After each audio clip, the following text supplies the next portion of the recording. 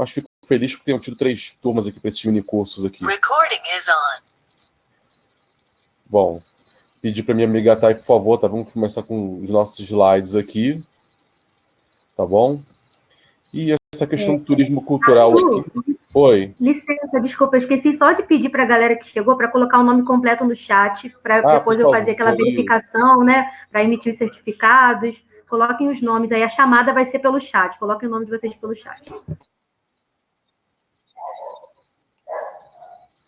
Perfeito. Espero que todos estejam me ouvindo aqui. Eu acho que o meu sinal não tá muito bom não, mas vamos que vamos. Pois bem, como eu estava dizendo para vocês, esse mini curso aqui, ele justamente para dar uma incentivada, um dos motivos pelo qual criei, justamente para dar uma fortalecida na questão do turismo cultural do nosso país. Eu viajei tantas partes do Brasil e é um país que de norte a sul tem um grande potencial para o turismo cultural. E não me refiro somente às grandes capitais, me refiro também ao nosso interiorzão do Brasil, sabe? E espero que vocês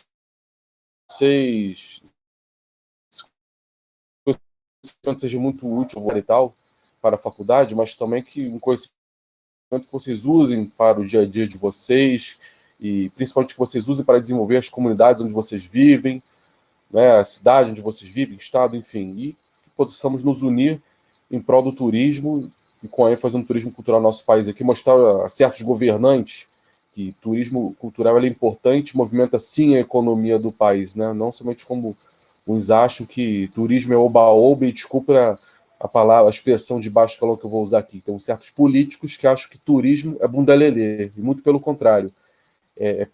Muito planejamento aqui. E o turismo cultural em si, ele tem que ter, é uma das áreas assim, que tem que ter um planejamento assim, muito bem estruturado, né?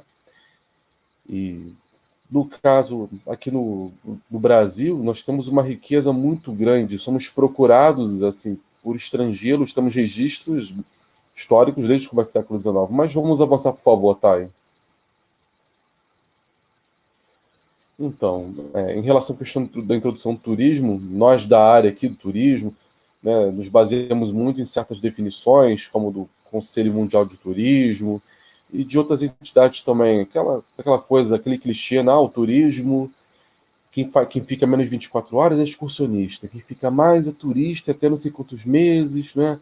E aí pegando todos aqueles outros segmentos, não pode vir a questão do trabalho assim remunerado, enfim.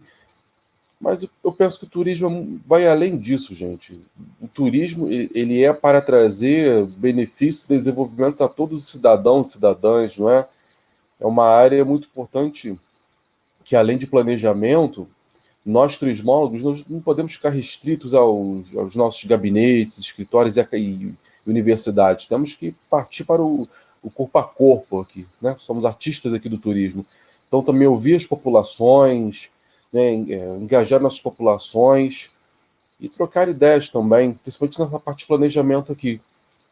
Então, o turismo vai muito além dessas definições aí dessas entidades, organismos, principalmente internacionais. Né? E aqui o nosso mapa aqui, interessante essa foto, ela mostra justamente muito dessa questão da interdisciplinaridade, né? A bússola, o avião, a câmera, o dinheiro, mas é claro que temos muitos outros fatores também, a solidariedade, a questão do benefício ao próximo, não o turismo destrutivo, como vendo em muitos lugares. Próximo, por favor, Thay. Então, no nosso caso aqui, o turismo, existem várias teorias acerca do surgimento do turismo, dentro da história do turismo. Eu já vi as mais variadas, né?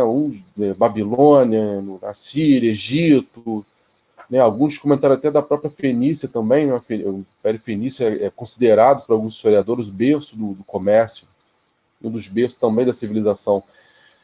Mas em relação à questão de movimentações, enfim, isso sempre existiu, isso desde o período pré-histórico. Porém, apesar das inúmeras teorias, a mais aceita assim, academicamente seria a partir dos séculos 17 e 18, com os famosos Grand Tour, que eram praticados pela nobreza da Inglaterra de início, né, onde os nobres, os ricos e poderosos enviavam seus filhos, seus apadrinhados, seus discípulos para uma viagem junto com um tutor. Diga-se de passagem, não, os rapazes iam jovens, mas não iam sozinhos, eles iam com um tutor.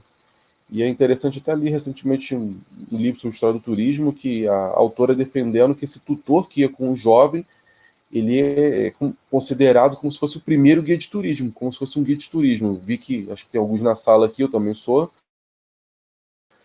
Então, esse tutor, como se fosse, além de um tutor, como se fosse um guia de turismo, porque ele vai acompanhando esse jovem para o continente europeu e vão percorrendo diversos locais para aprender as culturas, costumes, aprender idiomas também, né? E nesse período, séculos 17 e 18, eram muito comuns as viagens, por exemplo, à França, por exemplo, principalmente a Itália. A Itália era obrigatória no roteiro daquele período para esses jovens, porque ali é considerado o berço da cultura clássica, né? Roma, por exemplo, visitar a cidade de Roma, visitar Pisa, Nápoles, né? Pompeia, né? Séculos 17 e 18 estavam começando os primeiros processos, né? É o nascimento da ciência da arqueologia, como nós conhecemos hoje, modernamente falando. Então eram feitas essas visitas e em alguns casos também a Alemanha, por exemplo, a Grécia também. Então esses jovens eles ficavam um período que às vezes, dependendo da situação, cada situação era uma situação, dependia de quanto a pessoa tinha de dinheiro. Alguns ficavam alguns meses, outros já percorriam o continente europeu durante anos e alguns iam até a Espanha e Portugal também. É bastante interessante, voltava com uma bagagem cultural gigantesca. Então pode-se dizer que seria considerado os primeiros assim, viagens, contemporaneamente falando, a questão com destinação, com motivação do turismo cultural, conhecer antigas ruínas de civilizações, antigos casarios, a literatura também fazia parte, esses conhecimentos da literatura, os grandes autores, grandes escritores. E aqui nessa foto nós podemos ver como se fosse o rapaz aqui da cartola, como se fosse uma espécie de guia de turismo. Né? Ele está apontando, parece, algumas ruínas, provavelmente contando uma pintura do século XVIII, mostrando para esse casal. E é interessante também que o rapaz está do lado da moça, ele tem um livreto na mão. Né? Seria provavelmente um dos primeiros guias turísticos. Né? Vamos quebrar mais o senso comum, gente. As pessoas que não são da nossa área ainda não tem essa confusão, né? O guia turístico e confunde com nós, guias. Né? Guia turístico, o livretinho, com o livreto com as informações. Guia de turismo é o profissional que conduz grupos. Então percebemos assim, algumas ruínas no entorno. E é claro que é um período que nesses primórdios aí era somente para os ricos e poderosos, séculos 17, 18, até o século 19, quando esse panorama começa a mudar. Próximo, por favor, Thay. Então, uma cronologia histórica do turismo é o que normalmente é aceito por boa parte dos pesquisadores da história do turismo. Né? Inclusive, essa questão da história do turismo, aqui no Brasil, é uma coisa muito recente, esse estudo da história do turismo, no Brasil principalmente. Mas no mundo também, nós não temos assim tantas obras sobre esse tema, que inclusive, quem quiser é uma boa ideia para quem estiver fazendo uma monografia, ou esteja sem alguma ideia para monografia, ou TCC que seja, é um bom tema a ser desenvolvido, a história do turismo, de repente, do município de vocês, pegar um recorte cronológico para também vocês celebração do mundo e não ficar uma coisa muito extensa, vocês perderem o prazo de entrega. Mas aqui, no caso, a teoria mais aceita é que ela tenha surgido na antiga Grécia, no período onde surgiram os Jogos Olímpicos, aproximadamente em 776, antes da era cristã, onde haviam competições, né? Não é como os Jogos Olímpicos de hoje, que existem muitíssimas modalidades de competição. Naquele período era o arremesso do disco, arremesso de lança, corrida, por exemplo, a corrida não seria de carruagem, uma espécie de carroça, como se fosse uma briga romana, havia esse tipo de corrida também. E a luta, claro, isso é muito importante, havia a luta. Então eram algumas poucas modalidades, os campeões recebiam as famosas coroas de louro, não haviam medalhas como nós temos hoje em dia, era uma coroa de louro. E o vencedor naquele período ele era enaltecido pelos filósofos, pelos poetas na literatura. Ele se tornava, por exemplo, uma poesia em homenagem a esse campeão, o campeão da luta, o campeão do arremesso de disco, por exemplo. E isso atraía muitas pessoas de toda a Grécia, de várias cidades gregas. Só que naquele período não havia, como hoje existem, redes de hotéis internacionais, de hotéis 5 estrelas, né, pousadas, e entre outros tipos de hospedagem. Naquele período era uma coisa rudimentar, haviam tavernas, e em algumas tavernas, sim, haviam quartos que você poderia alugar. Porém, nesse período, as pessoas, elas, em relatos que eu li, elas dormiam do lado de fora das muralhas da cidade, armavam tendas, armavam barracas, bem rudimentares, e dormiam do lado de fora da cidade. E no dia seguinte, eles iam para as competições, assistindo lá, torcerem pelos seus campeões, pelos campeões de suas respectivas cidades.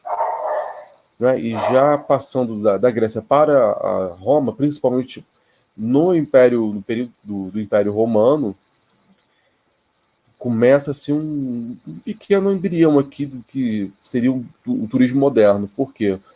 Naquele período havia um Senado romano, né? Os nobres, poderosos, ricos comerciantes que construíram as famosas vilas italianas fora de Roma, porque Roma, naquele período, poucos sabem disso, né? Todos acham que era uma coisa bonita, umas casas bonitas e tal, e muito pelo contrário, era uma cidade suja, o rio era sujo, uma baixa qualidade de vida, inclusive a população, qualidade de expectativa de vida era de aproximadamente 25 a 30 anos para a população, boa parte da população romana. Então, esses ricos e poderosos, eles costumavam construir essas vilas nas zonas rurais, em cidades próximas a Roma, ou então em locais mais distantes, próximos à natureza. Inclusive, alguns defendem que seriam também um embrião do turismo rural. São teorias.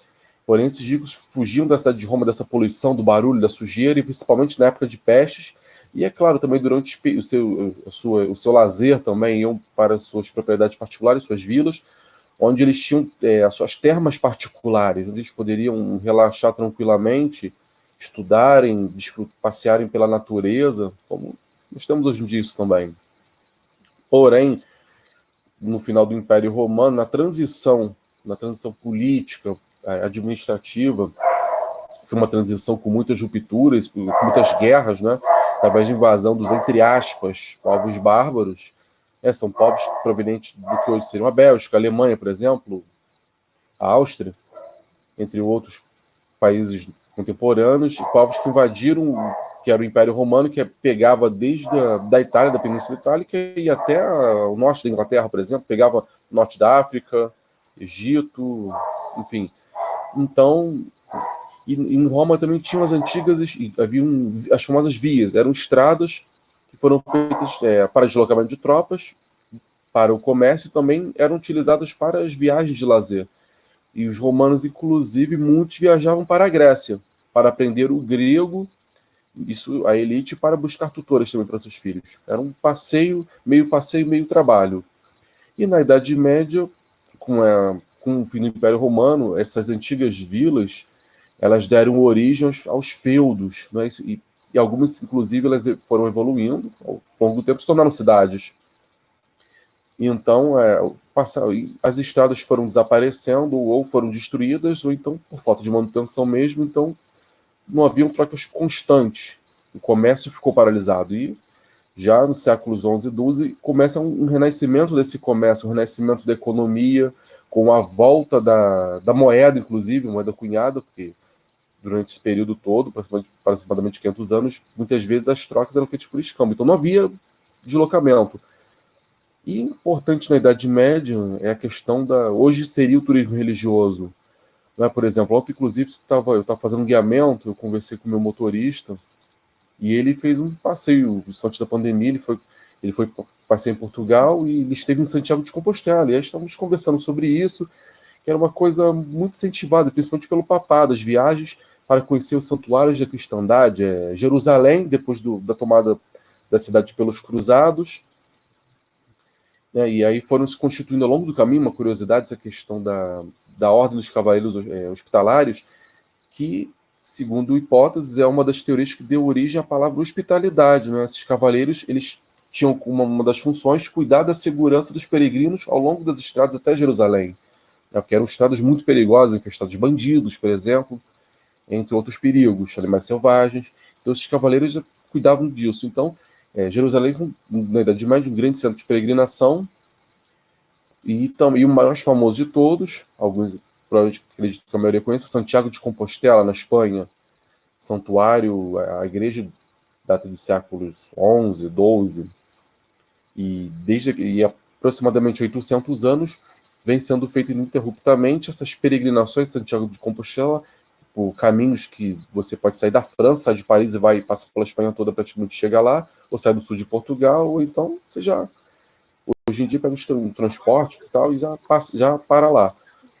E aí, o período do Renascimento, nós temos um nome não é à toa, que vem do italiano Rinascimento, que é um renascimento da literatura, das artes, da poesia, né? Os autores da antiguidade eles são trazidos à tona novamente, e a influência também na arquitetura, e aí começa nesse período do Renascimento esses Grand Tour, nós chamamos aqui. Porém, vai ter o seu esplendor entre os séculos 17 e o começo do 19. E indo já para o século XIX, aí nós pegamos o período da Revolução Industrial Inglesa, a partir de 1760, 1770, que para o turismo, não somente essa revolução tecnológica, mas outras revoluções tecnológicas posteriores estão trazendo grandes impactos para nós, né, grandes avanços na nossa área.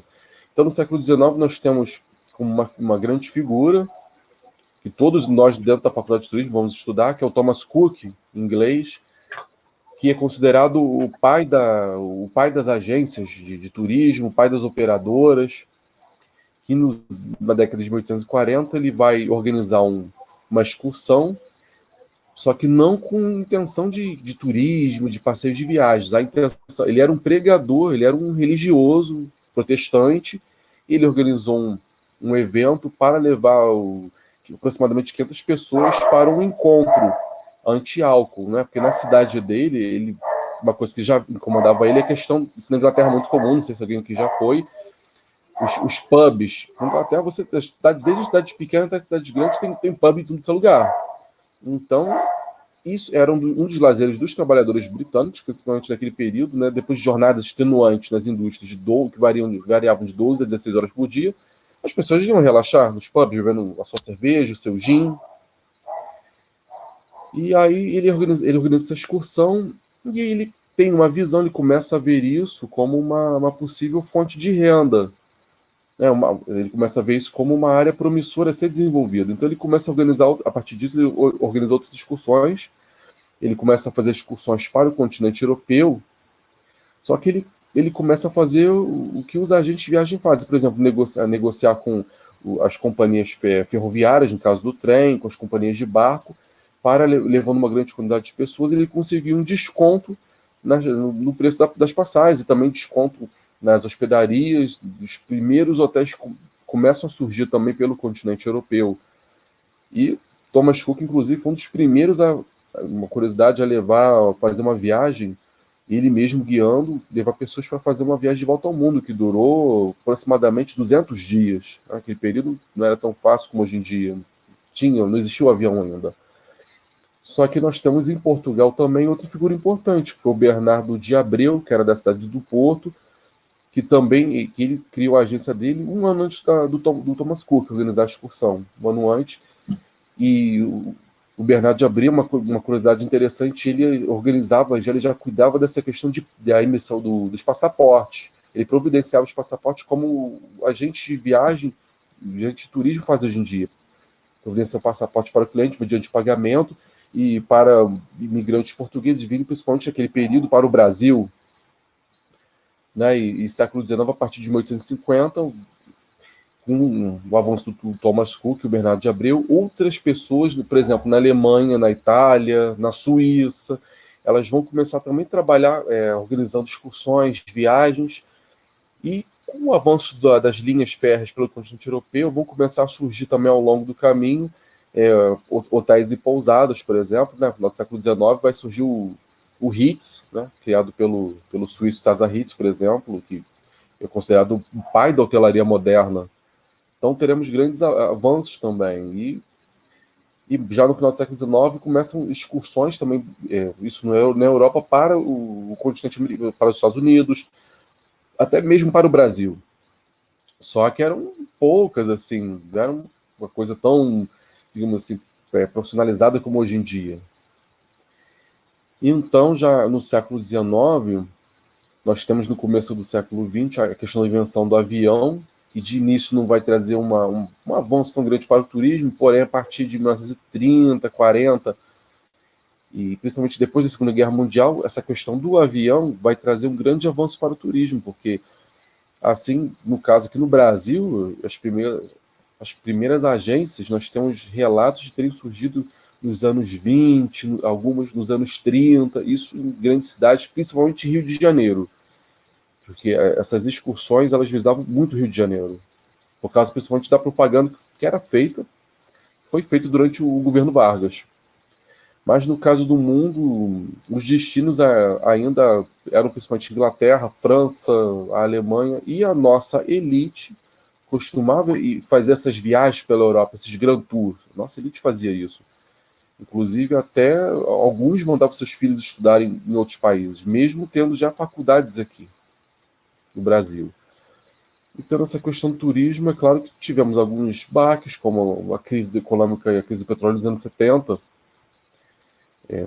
Porém, chegando aos nossos dias, nós tivemos grandes avanços, por exemplo, a questão da internet, então, sem sombra de dúvidas, trouxe um avanço gigantesco para o turismo. E hoje em dia, não sei se vocês viram, nós temos agora já o começo, claro, já é uma coisa que já estava sendo planejada desde o começo dos anos 2000, mas agora nós já temos, assim, a questão do turismo espacial. Isso, por enquanto, claro, está na faixa dos milhões de dólares, mas algumas pessoas já estão se aventurando pelo espaço. Então, daqui a pouco, inclusive, isso vai estar provavelmente popularizado, assim como o trem, vamos daqui a pouco estar viajando para Marte ou para outros planetas, né? Nesses avanços aqui. Próximo slide, por favor, Thay. Aqui um pouco do Brasil também. Como eu disse, existem algumas obras sobre a história do turismo no Brasil, são obras bem interessantes. E tem uma que quem quiser anotar, eu posso deixar no site depois, que para mim é uma das bases assim, principais assim, dos trabalho que eu desenvolvi sobre a história do turismo aqui em Teresópolis. É um livro chamado Uma Pré-História do Turismo no Brasil, que é do professor Haroldo Camargo Leitão. Ele vai trabalhar essa questão do surgimento do turismo, assim, dos lazeres, entre 1808, 1850 e 1860. Um livro bastante interessante, uma das bases principais aqui para o estudo do turismo no Brasil, da história do turismo no Brasil. Então, aqui no século XIX, vamos ter a questão importante da vinda da corte portuguesa, né? Dom João fugindo do avanço dos exércitos do Napoleão Bonaparte, e vai trazer tudo para aproximadamente umas 15 mil pessoas aqui. E com isso vai trazer novas ideias e vai trazer também avanços, e começam também a vir para o Brasil. Ele vai abrir o porto às, entre aspas, nações amigas, e começam a vir estrangeiros para cá. Até então, pelo Império Português, não eram permitidos estrangeiros nas possessões portuguesas, não só aqui no Brasil, mas também na África e na Ásia, a não ser em caso de emergência, reparo de navios, ou você se tornou um náufrago, algo do tipo. Mas começa a haver, por parte dessa elite portuguesa que vem de Lisboa para cá, começam as excursões para lugares próximos ao Rio de Janeiro, como, por exemplo, Petrópolis, Nova Friburgo também. Aqui em Teresópolis também tem alguns registros. Nós tivemos aqui um inglês, o Jorge March, que ele vai vender o seu palacete em Botafogo, vende a parte do comércio para o irmão dele e compra uma fazenda aqui na cidade, o que hoje é a futura cidade.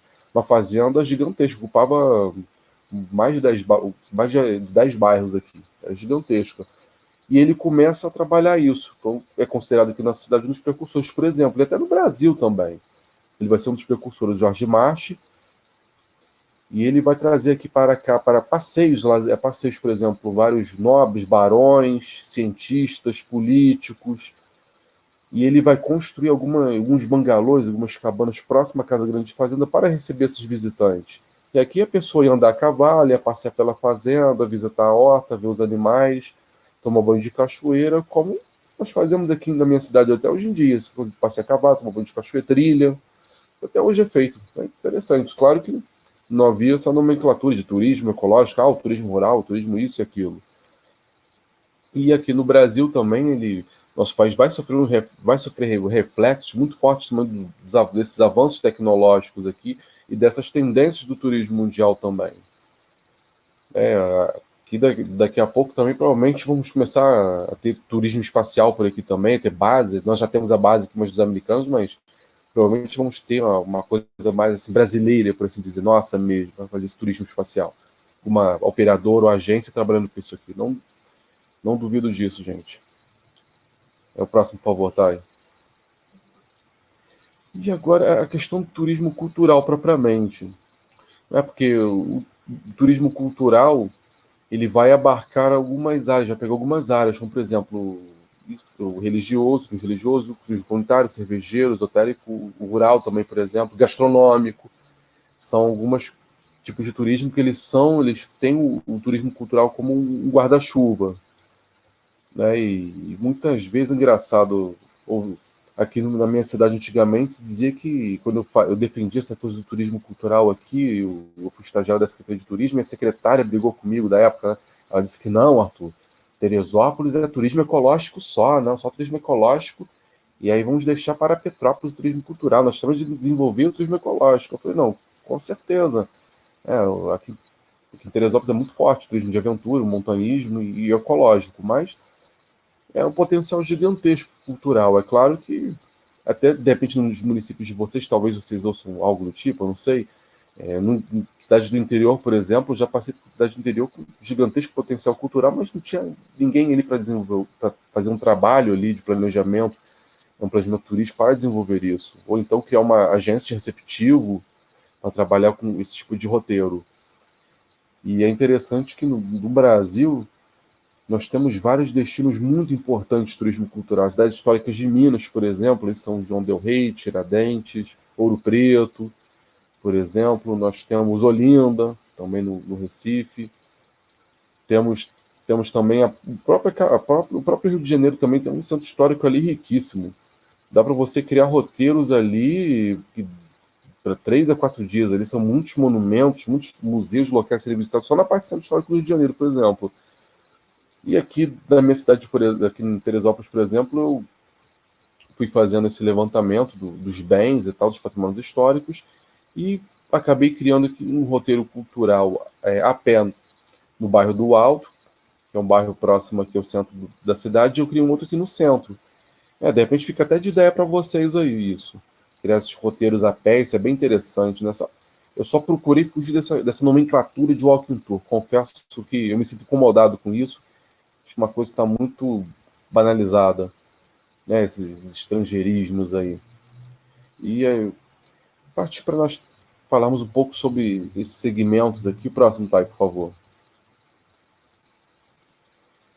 Aqui temos à nossa esquerda aqui, eu estou dentro da igreja de Santo Antônio, por exemplo, nós podemos, o turismo cultural, você tem outros tipos de turismo dentro dele também, às vezes ele está junto com o outro, não existe essa história, né, antropologicamente falando, que a pureza, não sei o que, isso não existe, isso é só teoriza, né? O turismo, como dissemos, ele é multidisciplinar, então muitas vezes vamos organizar um roteiro, por exemplo, quem for trabalhar com agenciamento, e na faculdade de turismo também temos a matéria para a criação de roteiros. Às vezes vamos criar um roteiro, não, é só de compras, mas muitas vezes vai ter uma coisa cultural, uma visita a um museu, ou então vai ter uma experiência gastronômica, né? E aqui procurando também valorizar procurar valorizar os patrimônios locais também. Por exemplo, eu estou aqui, onde eu estou com muitas pessoas aqui, na sala com muita gente, é dentro do Varza Palace Hotel. Ele é o hotel mais antigo aqui de Teresópolis e talvez um dos mais antigos aqui do Brasil. Ele é de 1911. Vocês podem ver que esse saguão ele é muito antigo. Ele era um hotel que pertencia a um imigrante português aqui da cidade, foi prefeito do meu município aqui por 4 vezes. Esse senhor, ele era coronel da antiga Guarda Nacional. E ele tinha um restaurante no Rio que ele vendeu e comprou esse hotel aqui e veio morar aqui na cidade com sua família, com a sua primeira esposa. Depois essa esposa faleceu e ele se casou com uma outra senhora. E aí ele pegou esse hotel e ele ampliou. E esse hotel funcionou o cassino, por exemplo. Aqui em Desalto tivemos o cassino também, naquele auge do cassino no Brasil, nos anos 30, nos anos 40. Esse hotel funcionou um cassino, por exemplo. E é um trabalho bem interessante. Tem a parte lá em cima com a parte de azulejarias, né? Normalmente em bens, em monumentos portugueses, temos muito essa questão do trabalho da azulejaria. E na foto ao lado dessa, estamos dentro aqui da igreja de Santo Antônio, que é um dos padroeiros aqui da minha cidade. Também tem uma curiosidade que a cidade com 2 padroeiros, Santo Antônio e Santa Teresa. Além de termos 3 parques, nas 3 esferas da União, né? O Parque Nacional, o Parque Estadual e o Parque Municipal. Né? São 3 patrimônios naturais super importantes aqui no município. O próximo, por favor, Thay. E aqui também pegamos a questão do turismo religioso, né? Temos a igreja, essa próxima com a faixa colorida ali, a Igreja da Candelária, no Rio de Janeiro, ali no Centro Histórico. Ela é uma das igrejas mais antigas do Rio de Janeiro. E uma história bem interessante, um camarada que sobreviveu ao naufrágio, que havia feito uma promessa que se ele sobrevivesse à tempestade, lá ao naufrágio, que ele construiria uma igreja. E aqui na Candelária, o mar chegava próximo ali à igreja. Isso antigamente, só antes dos aterros. O mar chegava próximo ali à igreja. E ali na Praça 15, não sei se tem alguém do Rio que conheça o Rio, ali na Praça 15, depois da estátua do General Osório, nós temos uma fonte, era uma fonte de água, que era abastecida pelo Rio Carioca, uma fonte que foi feita pelo mestre Valentim. O mestre Valentim fez obras em várias partes do Rio de Janeiro, em outras cidades também. Era um autodidata, claro, de passagem, autodidata, mas um grande artista. E no outro lado aqui é a igreja de Santa Teresa, que é a outra padroeira, como eu disse para vocês, aqui ela é em estilo neogótico. E aqui, até no meu município também, de repente, uma coisa para vocês fazerem levantamento e vocês saírem a campo na cidade de vocês, fazer levantamento, quantas igrejas antigas eu tenho, quais são os atrativos culturais aqui. E é interessante também que eu tive uma reunião semana passada com o diretor aqui de Patrimônio Histórico da Secretaria de Cultura da minha cidade, e eles estão com um projeto bem legal, uma coisa sobre os bustos nas praças, bustos aqui na parte do centro de Teresópolis, fazer um tour percorrendo a parte onde tem os bustos antigos aqui, históricos. Isso é uma coisa bem interessante ser desenvolvido dentro do turismo cultural. E essa parte do turismo religioso aqui, eu estava até refletindo sobre isso, porque normalmente assim, tem aquela coisa, é só com igrejas católicas e tal. Não. O turismo religioso, eu lembro certa vez aqui, que eu recebi até um pedido para montar um roteiro, só que de visitação a centros de Umbanda e de Candomblé. É bem interessante também, que pelo menos no estado do Rio de Janeiro é muito forte essa questão do Candomblé, da Umbanda também.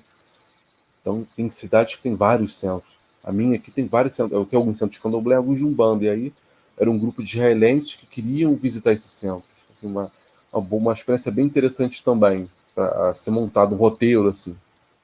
Próximo, por favor, Thay.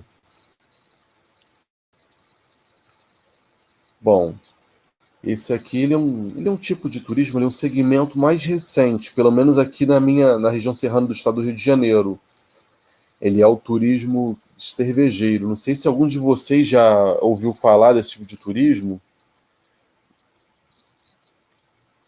Então, estou vendo aqui depois, esse roteiro a pé, depois eu vou compartilhar no grupo, tá bom, pessoal? Estou compartilhando no nosso grupo para vocês terem uma noção de como que eu organizei aqui esse roteiro para até servir de base de modelo para vocês fazerem também no município de vocês e para ajudar até na matéria de montagem de roteiros. Então, esse turismo cervejeiro, assim, dos que eu falei aqui, muitos nunca ouviram falar dele. Assim, ele é um segmento novo, pessoal. Como eu disse para vocês, o turismo, além da questão da influência das inovações tecnológicas, ele está sempre em constante mutação. Então, como a Tayane disse no começo aqui, nós da área do turismo, seja quem já se formou aí, ou quem está se formando, nós temos que sempre estar nos atualizando, né? Quais são as tendências do mercado, entendeu? Quais são as tendências do mercado? O que os nossos clientes estão procurando? Entendeu? Porque o turista, uma das coisas, ele está sempre em busca de novidades. Então, essa questão da cerveja, aqui na região serrana, ela tem uma tradição muito forte. Inclusive, na cidade de Petrópolis, que é a nossa vizinha aqui, temos a primeira cervejaria do Brasil, que é a cervejaria Boêmia. Ela é de 1853, na época do Brasil Império ainda, na época do Dom Pedro II. Ela foi criada por um imigrante alemão chamado Heinrich Kramer.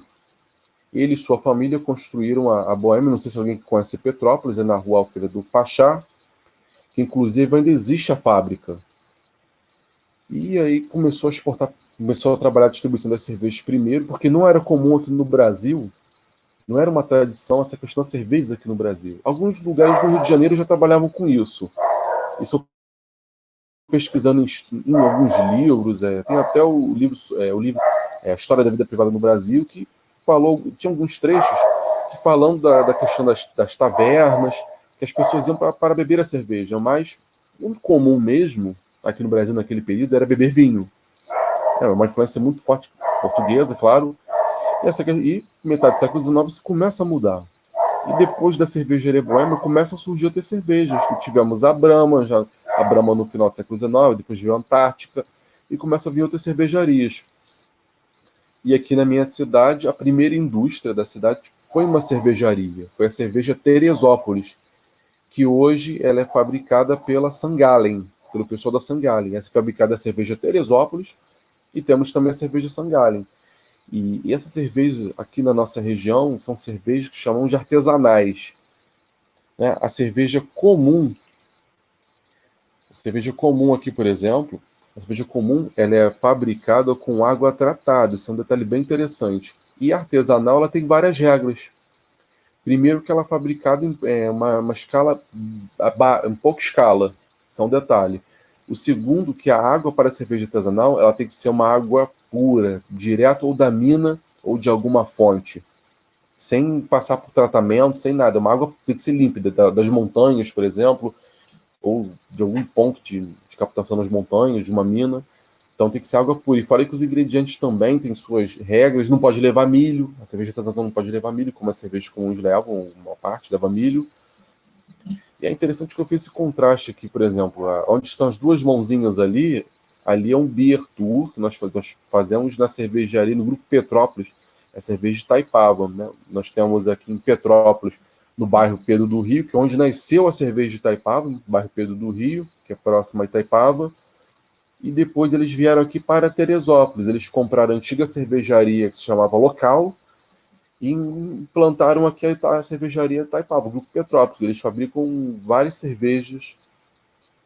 Então, por exemplo, a questão do turismo cervejeiro tem um público específico para isso. Normalmente são casais, jovens, é um pessoal assim, classe média para cima, um pessoal que tem dinheiro, porque não é uma coisa barata de se fazer. As entradas das cervejarias não são baratas. Mas ali a pessoa não está pagando exatamente para beber. Você está pagando o quê? Para ter uma experiência. E no caso da cerveja, por exemplo, na Itaipava, vamos fazer uma visita pela fábrica, o monitor vai nos receber. Claro, tem todas essas duas regras para entrar na fábrica, todos os procedimentos de segurança. E você vai fazer um tour pela fábrica, vamos ver um vídeo, vai contar a história da fábrica, vamos conhecer algumas partes onde tem os maquinários. E no final teremos uma degustação, aproximadamente meia hora e 40 minutos, para degustar as cervejas fabricadas pelo Grupo Petrópolis, uma espécie de um mini pub, e vão ser servidos, vai ser harmonizado com tábuas de frios, azeitonas, queijos, salames, presuntos, peito de peru, vai ser harmonizado e você vai degustar essas cervejas. Mas tem a opção também, quem não quiser beber cerveja pode beber um refrigerante, que o Grupo Petrópolis fabrica refrigerantes também, um suco, um energético, então eles também fabricam. Então, o turismo cervejeiro, ele consiste disso. Monta-se o roteiro, por exemplo, em Teresópolis. Vamos visitar, por exemplo, fazer um beer tour, por exemplo, na Sangalen. Vai durar aproximadamente uma hora. Vamos ter as explicações técnicas, como como é que funciona, como é que é cada tipo de cerveja, o que cada tipo de cerveja leva, qual a diferença entre a cerveja Pilsen para a cerveja de trigo, por exemplo, o que harmoniza com qual tipo de cerveja, e depois vamos ter harmonização e vamos ser recebidos por um sommelier de cerveja. Não sei se vocês já ouviram falar disso. Sommelier de vinho, claro, já é bastante conhecido, bastante comum, mas o sommelier de cerveja é uma coisa ainda recente. Ainda existem poucos cursos no Brasil de sommelier de cerveja.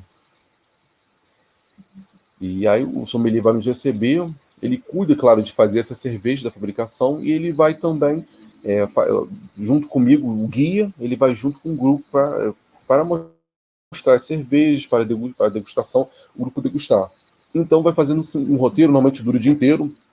Por exemplo, de manhã fazer 2 cervejarias, visitar 2 cervejarias de manhã, e depois um almoço em algum restaurante, depois o grupo vai degustar mais 2 cervejas e acabou o roteiro. E aí cada cervejaria, dentro desse beer tour, eles vão ter diferentes tipos de petiscos para harmonizar com as cervejas. Por exemplo, uma Pilsen vai ser uma Pilsen seria um petisco mais leve, um queijo leve, por exemplo. Já uma de trigo, ela é mais encorpada, seria um queijo mais gorduroso, por exemplo. Algumas cervejarias harmonizam com amendoim ou com azeitona, ou tem inclusive, ela harmoniza a cerveja de inverno, aquela churu com chocolate, interessante.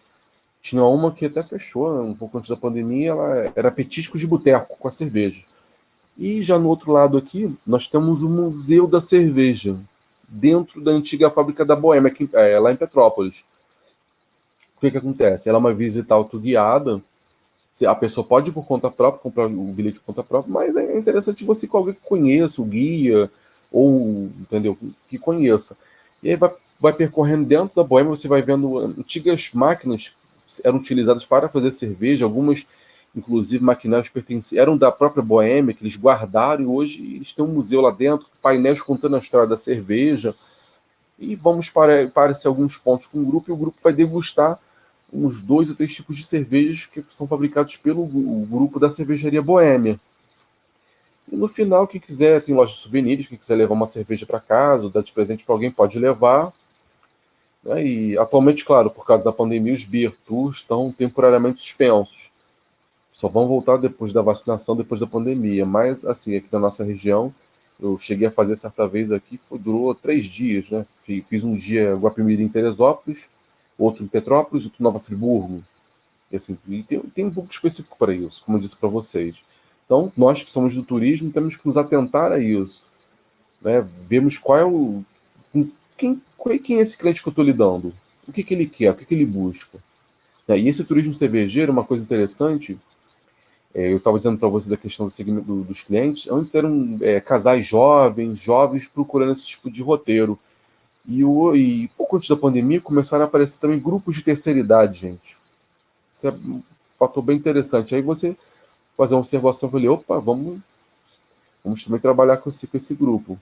Né? Próximo, por favor, Thay. E aqui é um turismo de base comunitária. Uma coisa tá trabalhando aqui. Uma coisa que nós vemos muito na faculdade de turismo, tem vários locais do Brasil que trabalham isso muito bem, eu vi, tem um pessoal que trabalha isso, um trabalho muito bacana na Bahia, porque essa coisa do turismo comunitário, do turismo solidário, ele vem de encontro ao modelo tradicional do capitalismo e do turismo antigo, tradicional, que era um turismo que vinha para degradar, para destruir, só para ficar em um determinado local um período, detonar aquele local e depois ir embora. E aí, para lutar contra esse movimento, desse turismo que degrada, e degrada não somente a questão de meio ambiente, alguns empreendimentos turísticos que não têm o seu devido planejamento, ou então que não é feito nenhum planejamento turístico para esse evento, nenhum trabalho de consultoria, ele é implantado, por exemplo, está falando de esgoto, por exemplo, joga esgoto in natura nos rios, são exemplos, é uma coisa muito comum em certos empreendimentos. Hoje as leis ambientais são mais rigorosas em relação a isso, e também na questão de degradação envolve a questão também da valorização das populações locais, procurar capacitar as populações locais, empregar a mão de obra local, porque muitas vezes certos empreendimentos turísticos trazem praticamente boa parte do pessoal de fora, e o pessoal de determinada localidade, quando ele é empregado, botam ele em funções mais assim, rudimentares, por assim dizer. E os postos mais altos assim trazem um pessoal de fora, de vez em quando traz até do exterior. Que é uma das coisas que o turismo comunitário ele vem contestar. Poxa, por que não dá capacitação, não capacita as pessoas daquela localidade, não valoriza aquela mão de obra ali, empregar, entendeu? Porque isso vai ajudar a movimentar, a gerar a economia daquele município, por exemplo, em questão. E muitas vezes, quando você traz a pessoa de fora nesses eventos, a pessoa fica um tempo, trabalha ali, ela vai embora.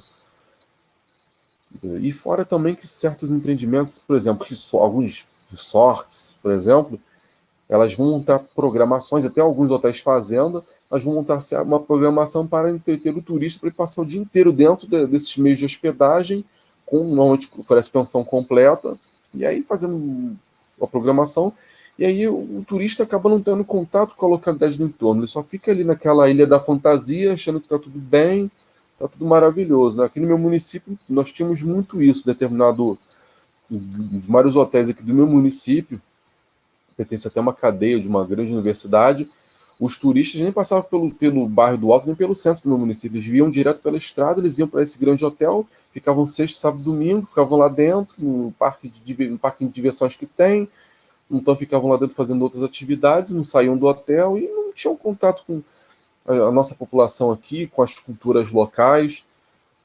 Então é isso, é um turismo comunitário, de base comunitária, o turismo solidário, como o professor Rafael Fortunato costuma trabalhar, costuma pregar, é um turismo que ele dê oportunidade para todo mundo, que ele englobe todo mundo, entendeu? Porque você tem que, na questão do turismo comunitário também, percebemos também determinadas localidades que acabam ocorrendo o que chamamos de um choque cultural, né? Como dizia o antropólogo norte-americano Clifford Geertz.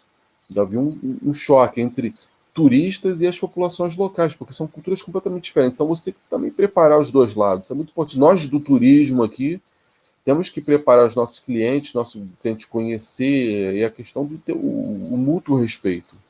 Próximo favor, Thay.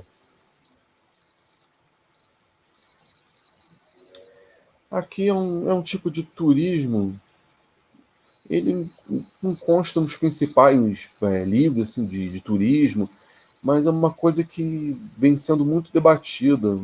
E em algumas cidades já vem trabalhando isso, que é o turismo místico, esotérico, que você vai, por exemplo, vocês estão vendo esse poço, a pessoa vai tomar um poço para recarregar as energias, ou ela vai em busca de algum tratamento de saúde, ela vai atrás de terapias alternativas, por exemplo, tratamento de acupuntura, ou shiatsu, né, a massoterapia, ou tratamento de aquela lama medicinal, ou com pedras quentes. Englobaríamos aí também o turismo que chamamos de turismo de saúde. E vocês estão vendo uma foto ali, tem uma pequena, como se fosse uma oca, ali é uma tenda xamânica, onde aquele rapaz tem um rapaz explicando ali, o meu primo Mukti, ele explicando que a pessoa vai ali para dentro para praticar uma meditação. Principalmente eles costumam usar para pessoas que vêm muito estressadas, muito nervosas das grandes cidades, né? Quando a pessoa vai para ali, vai meditar, vai relaxar, vai tomar um banho de poço, vai caminhar para alguma trilha. Então, o turismo místico esotérico também é uma forma de você se reconectar com a natureza. É porque hoje, esses avanços tecnológicos, está tudo tão rápido, tão corrido, né?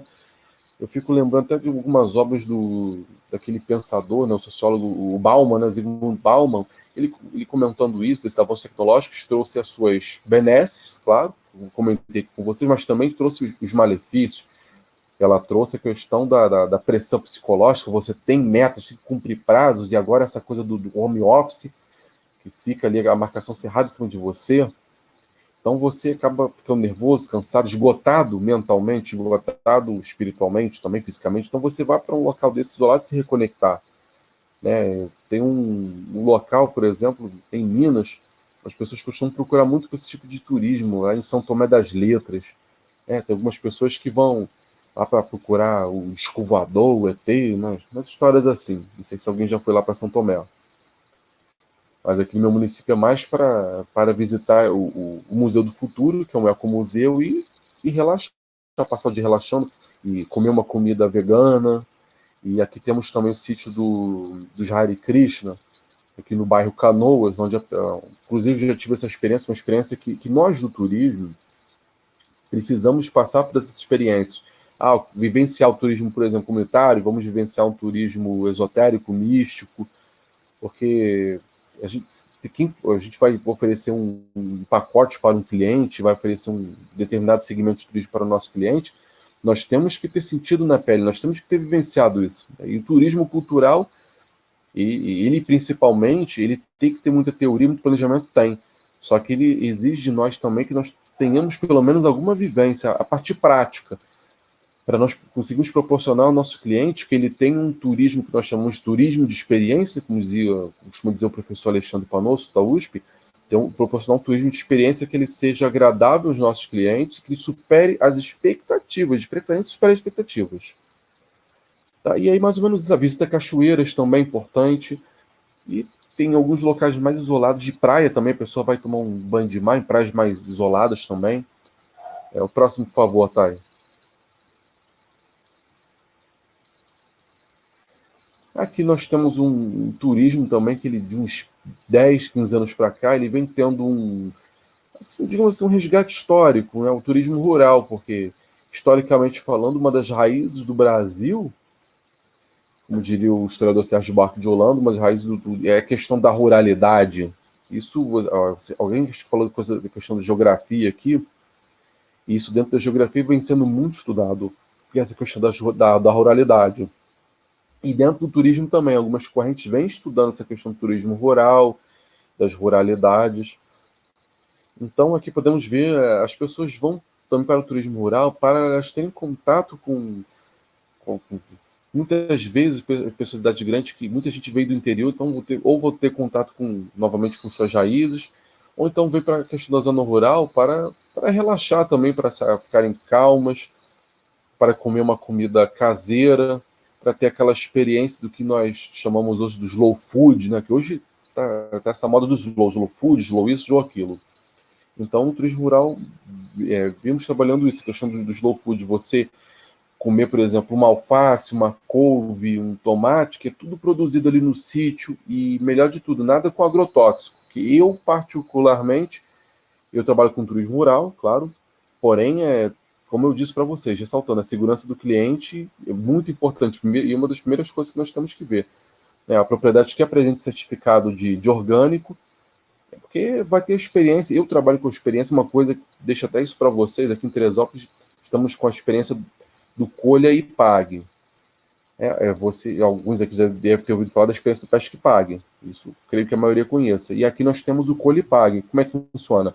Vamos a um determinado sítio, uma excursão, não muita gente, claro, para evitar o impacto nessas propriedades, e a pessoa, vamos ter uma visita guiada pelo proprietário do sítio, e ali, quem quiser ter a experiência do colhe e pague, a pessoa vai ter contato com a terra, para aprender a colher uma alface, como é que colhe uma alface, como é que colhe uma couve, como é que tira uma fruta do pé sem danificar um galho, danificar a árvore. Então, é uma coisa muito interessante, essa experiência do colhe e pague. A pessoa pode colher ali e ela mesma limpar, e algumas propriedades aqui já estão, por exemplo, a pessoa pode até ir para a cozinha e preparar aquela alface, aquela couve, um ou outro sítio já está com essa experiência, mas a maioria você limpa, passa uma água e você leva para casa, para você fazer em casa. E do lado aqui nós temos um galinheiro, e uma coisa que me surpreendeu muito, essa questão, estava até numa reunião aqui da Prefeitura de Teresópolis na semana passada, estamos uma hora que nós conversamos sobre turismo rural, uma reunião, e teve um senhor que mora na zona rural, ele comentou assim, que as crianças, principalmente as crianças das grandes cidades, elas nunca viram uma galinha na vida, elas nunca tiveram contato com um animal desse, uma vaca, um boi, uma ovelha, uma cabra. Elas nunca, ou então só viram na internet, ou só viram na televisão, mas elas nunca tiveram contato de perto, assim, de ver esses animais de perto ao vivo e a cores. E as crianças ficam encantadas, né? Tem um local aqui na zona rural, o Caprio Geneve, isso aqui eu faço propaganda de um excelente local, que as pessoas vão para ter a experiência de comer um queijo de cabra e para ver também as ovelhas que são criadas no local, as cabras. É um restaurante que tudo é feito com a cabra, o queijo da cabra, vários pratos à base de carne de cabra, são pratos assim, com base na culinária francesa. Então, no rural, aqui nesse sítio, o almoço rural ou café rural, por exemplo, são feitos com produtos que tem no próprio sítio. E o que vem de fora vem de sítios próximos, por exemplo, uma carne de porco. Por exemplo, não tem criação de porco em determinado sítio, mas o vizinho tem, então compra a carne de porco do vizinho para fazer ele no sítio. Assim, uma experiência bem interessante, essas visitações a plantações. E aqui em Petrópolis, por exemplo, tem uma vinícola agora, e estou pretendendo até fazer uma visita também. Em Teresópolis estão começando também a plantação de uvas para a fabricação de vinhos artesanais. Próximo, por favor, Thay. Aqui umas referências bibliográficas para vocês, tá? E é isso, gente. Vamos abrir as perguntas aqui. E agora é com você aí, tá? Tua fala aí. Quem tiver dúvidas, perguntas, vamos ver o chat. Eu volto pro... Sim. Só um instantinho que eu vou fechar aqui e a gente vai seguir agora para nossa conversa. Deixa eu só ver se saiu, pessoal. Eu estou também aprendendo aqui Acho que saiu, né? Não está aparecendo mais compartilhamento de tela não, né? Não, agora saiu, Thay. Beleza. Beleza. Então tá.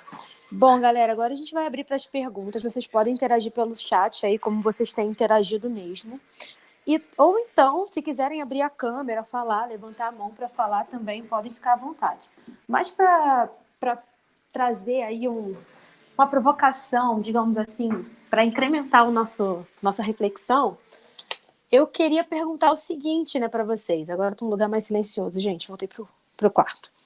Queria perguntar o seguinte para vocês. Se a partir do que foi colocado aqui, vocês conseguem pensar em novas possibilidades para o lugar de vocês, né?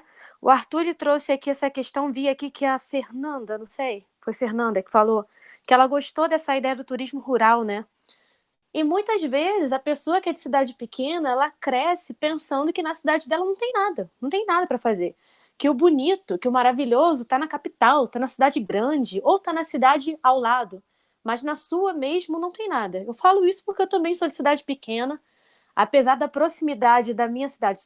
Eu sou de Tanguá, hoje moro em Teresópolis, que é outra cidade também do interior, mas apesar de ambas cidades serem próximas à capital, a gente crescia, né, achando que na nossa cidade não tinha nada. Será? O que o curso de hoje trouxe para vocês, gente, para vocês pensarem aí de possibilidades para a cidade de vocês? Quero que vocês interagem pelo chat.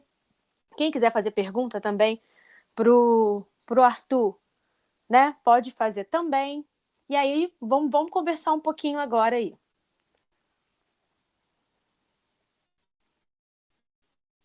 Vou aguardar uns minutinhos, que eu sei que vocês estão digitando, né? Tem alguém que está digitando alguma coisa.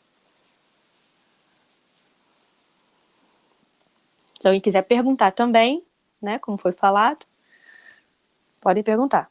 Vou botar meu celular no carregador, porque a bateria já está indo embora.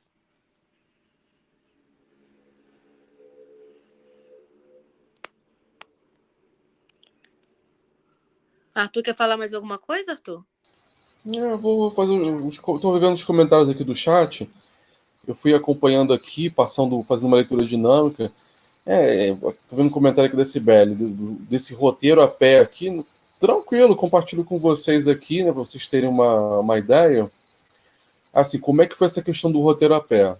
Eu já tinha uma lista, assim, de patrimônios culturais. Eu tenho um inventário de bens tombados aqui, que eu me baseei uma das coisas que eu me baseei nesse inventário. E quando eu fui guia de turismo, na época, quando eu fiz o curso, perdão, eu fiz um estágio numa agência de turismo cultural lá de Niterói, que é da minha amiga Nani Rodrigues, a Expedição Cultura.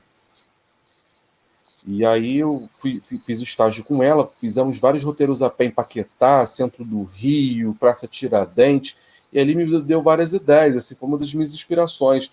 E na UERJ também tinha, agora falecendo, é uma pena, o professor João Batista, que era do Departamento de Geografia da UERJ, ele tinha o projeto dos roteiros geográficos, onde eles faziam os roteiros à noite ali pelo centro do Rio. o professor João contando a história, mostrando várias coisas, era muito legal. Tem o professor João Rua também, né? Tem também. Então, eu tive isso como base. E aí eu saí a campo e comecei a fazer esses mapeamentos. Um amigo meu até fez um mapa para mim, desse roteiro. E aí eu fui para campo para testar o roteiro, para cronometrar, para ver a questão de dificuldade, entendeu? Ver a questão, tem que atravessar qual rua, qual avenida, onde tem faixa pedestre, onde não tem, o que tem, o que não tem. Fazer todo esse estudo. E aí, a partir disso, eu comecei a oferecer, mas é claro que de início não apareceu nem interessado, faz parte. Muita persistência. Eu criei em 2016. Eu comecei a ter resultado mesmo, mas no. Vou desligar a câmera aqui que tá fraco. Eu comecei a ter resultado mesmo a partir de 2019. Só desliguei a câmera aqui porque tá meio fraco a internet aqui, pessoal. Deve ser o horário. E aí, mais ou menos isso. Vou até outros comentários aqui bem interessantes.